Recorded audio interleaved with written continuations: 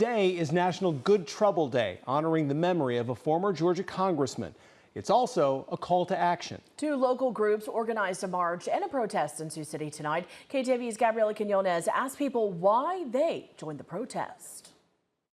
People are fired up. People are not happy with what's going on, but I don't think they know what to do with their energy. Organizers of the march and protest say Good Trouble Day is a chance to honor the late civil rights leader and Congressman John Lewis, who viewed nonviolent protest as a form of good trouble. Mary Alarandami says it gives people a space to talk about issues and plan on what actions to take.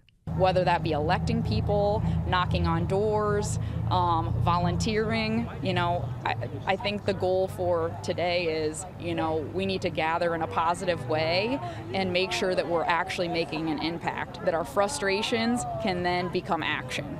Community activist Manape Lemire says one of the reasons for the march is to lead the discussion on protecting immigrants. We want to support the Latino community. We want to support any immigrant community, and we feel that nobody is illegal on stolen land.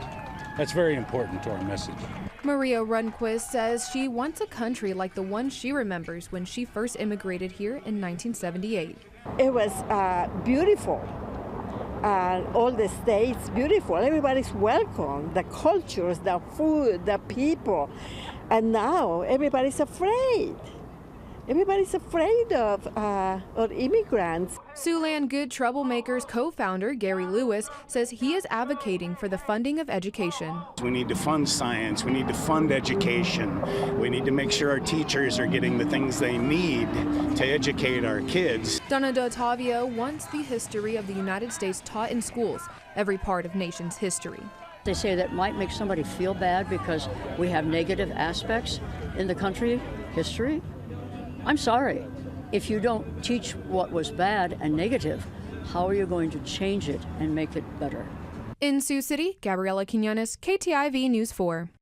The group Sweetgrass Uprising and Siouxland Good Troublemakers partnered together to host today's prayer walk and protest. Now, this protest was part of a nationwide series of events honoring the late Congressman John Lewis, who died on this day 5 years ago. Other protests took place in Sioux Falls, South Dakota, Lincoln, Nebraska, Cedar Rapids, Iowa, and Iowa City, Iowa.